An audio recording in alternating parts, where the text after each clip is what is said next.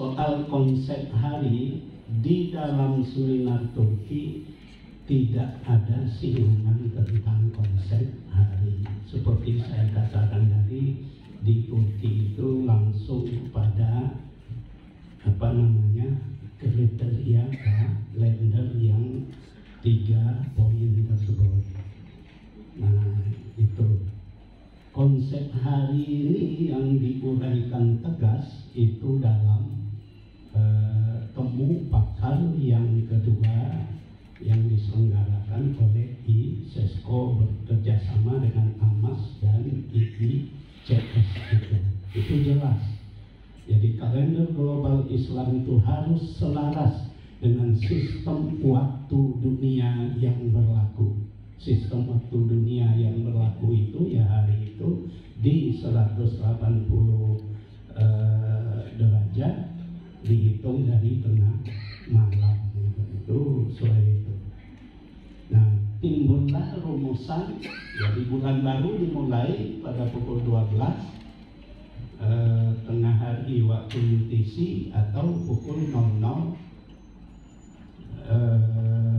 waktu ujung timur, yaitu waktu New Zealand. Jadi istimewa harus terjadi sebelum itu. Kalau lewat itu tidak boleh masuk karena konsep harinya rigid, itulah hari. Tapi di Turki tidak, malah konsep itu dikorbankan.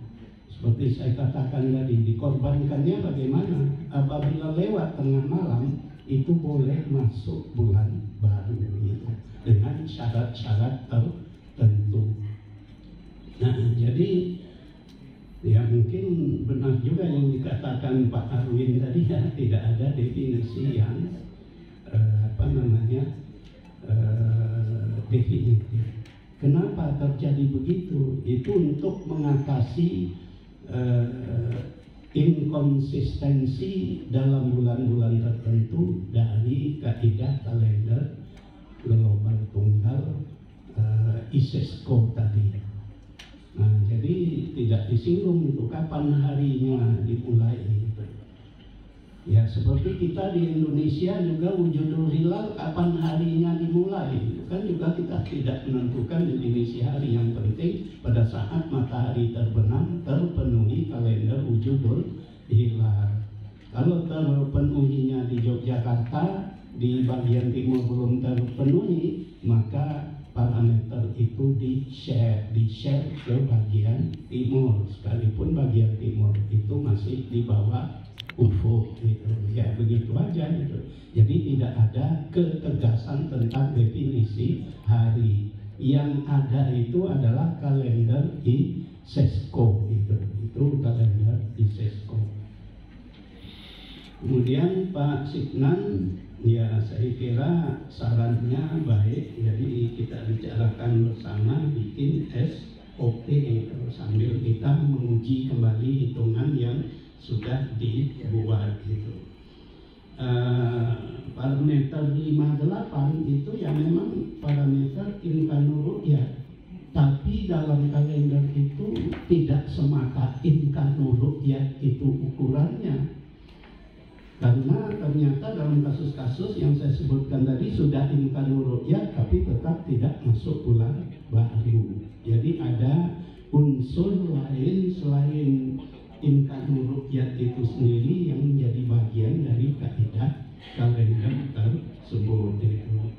Jadi imkanul 58 ini dipandang cocok untuk tadi tidak menjadikan kawasan barat bumi tertahan masuk bulan baru padahal bulan sudah ru'yat, dan kawasan timur tidak tertahan untuk tidak dipaksa masuk bulan baru sebelum terjadi ijtima sebelum fajar itu. Jadi inilah kriteria yang cocok. Kalau imkanul ru'yat Kemenak kita terapkan itu dampaknya besar, yaitu memaksa New Zealand, Australia masuk bulan baru sebelum terjadi ijtima fajar karena terlalu kecil 36,4. Kalau 36,4 kita terapkan ke ujung barat itu New Zealand dipaksa masuk gitu. Jadi itu kalau diberlakukan hanya di barat Indonesia nanti akan berakibat jadi di bagian paling barat Indonesia, bagian paling barat Indonesia itu kalau saya lihat di peta ya Sabang ya, itu kilometer 0 itu. Kalau kita terapkan di situ, kalau di situ tidak terpenuhi, maka masuk bulan baru rusak itu banyak sekali akan terjadi masuk bulan kawasan barat